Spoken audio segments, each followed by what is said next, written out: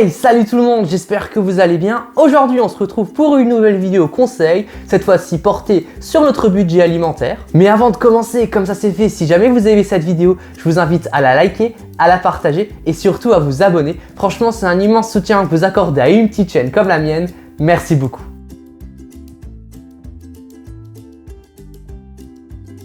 Déjà, avant toute chose, je tiens à dire que les conseils que je vous apprête à donner ont fonctionné pour moi, mais il se peut qu'en fonction de votre mode de vie, en fonction de la composition de votre famille, et bref, en fonction de votre vie, il se peut que mes conseils soient à aménager ou à adapter à votre situation. Du coup, maintenant qu'on a mis les points sur les i, je vous invite tout de suite à commencer pour voir les conseils. Alors tout d'abord, je vous invite à consommer en vrac. Je vous assure que vous ferez d'extraordinaires économies. Alors, je le dis à chaque fois lorsque je fais des vidéos retour de course, mais ça peut toujours vous permettre de gagner 30 centimes, voire même 1 euro parfois, en fonction des produits que vous achetez, parce que faites un calcul tout simple. Si par exemple, dans la semaine, il vous faut juste 100 grammes de pois chiches, généralement, un paquet, ça se vend dans les 500 grammes, et que les pois chiches, vous n'en consommez habituellement, vous allez vous retrouver, si vous prenez un paquet, avec 400 grammes en rab et qui vont traîner dans vos placards et vous les aurez payés. Donc c'est pas du tout économique. Donc si vous prenez en vrac, vous prenez seulement la quantité qu'il vous faut. Par exemple pour les pois chiches, 100 grammes dans notre exemple,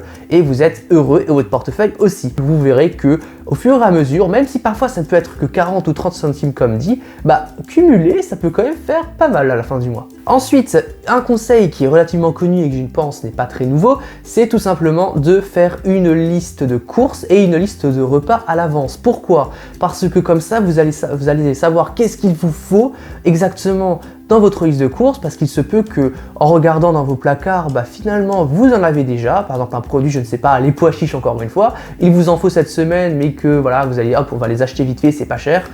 Non, si vous en avez encore dans vos placards, ça peut facile faire quelques centimes ou même parfois euros d'économiser, donc c'est toujours utile à faire. Donc faire une liste de courses en regardant ce qu'on a dans nos placards et faire une liste de repas pour la semaine, comme ça on sait ce qu'on va manger, on sait ce que l'on doit acheter avec notre liste de courses déjà prête. Aussi, et là cette fois-ci c'est plus du question du timing et ça dépend aussi des enseignes dans lesquelles vous avez. Par exemple, je sais que moi, dans les magasins bio que je vais qui s'appellent le Satori's, ils le font, c'est tout simplement d'aller en fin de semaine ou en début de semaine pour traquer les dates courtes. Alors parfois vous pouvez avoir carrément des cagettes de légumes et de fruits remplies à 4 ou voire même 5 euros et là-dedans vous avez que votre bonheur. Alors certes elles sont un peu, c'est un peu des légumes moches, pardonnez-moi cette expression, mais ils sont toujours aussi bons. Donc il suffit tout simplement de les préparer, de les faire en soupe, de les faire en poêlée, voire même de les congeler et que sais-je. Ça vous fait des fruits et des légumes à moins de 5 euros. C'est pas magnifique. Après aussi, il y a d'autres produits qui peuvent être estampillés dans les rayons avec des petits logos moins 30%, moins 20%. Certes, c'est pas beaucoup, mais cumulé, encore une fois, ça peut faire de sacrées bonnes économies. Alors, c'est pour ça que je vous conseille surtout d'aller en fin de semaine ou en début de semaine, parce que généralement, avant le week-end, ils essayent d'écouler leur stock si par exemple la date courte, ça tombe un dimanche ou parfois même un samedi. Et pour le lundi, c'est pareil. Si la date courte tombe un lundi, ils n'auront pas pu le vendre le week-end vu que c'est fermé. Donc ils essayent de l'écouler le plus rapidement possible. Donc c'est surtout d'aller du coup en fin de semaine et en début de semaine pour traquer les dates courtes et le plus tôt possible, généralement le matin, comme ça vous êtes sûr de tomber sur les premiers produits les plus intéressants. Enfin, c'est surtout aussi de se fixer un budget précis lorsque vous allez faire vos courses. Parce que vous avez beau faire une liste de courses, vous avez beau préparer les repas que vous allez faire, vous allez beau avoir traqué les prix les plus bas, notamment avec les dates courtes, si vous ne vous fixez pas un budget précis, vous pouvez très vite dépasser votre budget à la fin du mois et c'est pas ce qu'on cherche ici. Donc ce que je vous conseille de faire, c'est de calculer en moyenne combien est-ce que vous consommez par semaine, de voir est-ce que ça vous suffit et du coup après de vous fixer ça comme budget. Par exemple, prenons 50 euros, vous avez 50 euros par personne de budget dans la semaine, vous vous limitez à ça. Par exemple, une astuce très simple qui est très connue elle aussi, c'est simplement le système des enveloppes. Vous prenez 4 enveloppes pour la semaine et dans chacune des enveloppes, vous mettez 50 euros et vous savez que ces 50 euros seront réservés pour les courses.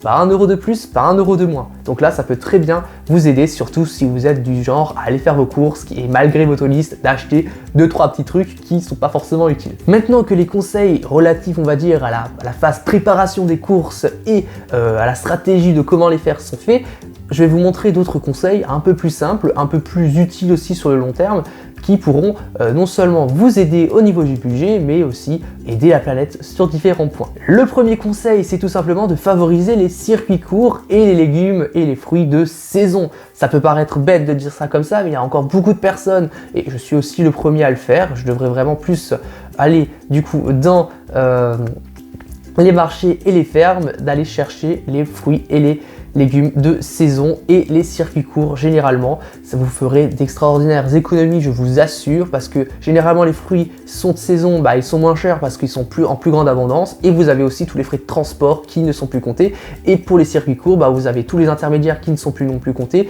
Vous allez vous alimenter directement à la source, donc non seulement ça vous fait des économies à vous aussi, mais généralement les producteurs ils augmentent un peu les prix parce qu'il n'y a plus d'intermédiaires, et du coup ça leur fait une meilleure marge. Donc c'est vraiment tout bénéfique d'un bout à l'autre de la chaîne. Aussi, pour vos courses et tout ça, pensez à faire maison. Si par exemple vous voyez des steaks végétaux aux lentilles et que finalement vous pouvez aussi vous les faire en très peu de temps, faites-les maison. C'est sûr que parfois il y a des produits qui mettent extraordinairement beaucoup de temps à se faire. J'ai par exemple le seitan, ou qu'est-ce qu'il peut y avoir d'autre, je ne sais, voilà, des plats cuisinés qui sont un peu plus sophistiqués. Ça peut être tentant de les acheter déjà tout préparé, mais il faut aussi savoir que finalement parfois les plats qu'on peut faire aussi maison, ça prend pas beaucoup de temps, peut-être 30 minutes aussi max 1 heure, mais il faut aussi prendre en compte le temps de préparation, la cuisson, donc ce qui fait que vous n'allez pas rester bête comme ça devant votre four ou devant votre casserole en train d'attendre que ça cuise. Vous pouvez faire autre chose en attendant, et des fois ça peut vraiment vous aider. Je sais pas, prenons un exemple.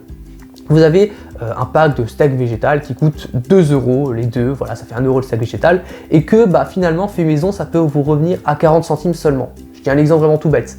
Ça vous fait quand même 60 centimes d'économiser par steak végétal, et si vous êtes un très grand consommateur, je vous laisse faire le calcul et vous verrez qu'à la fin du mois vous ferez beaucoup d'économies. Enfin, le dernier conseil que je peux vous donner, et ce n'est pas c'est même le plus important, faites-vous plaisir.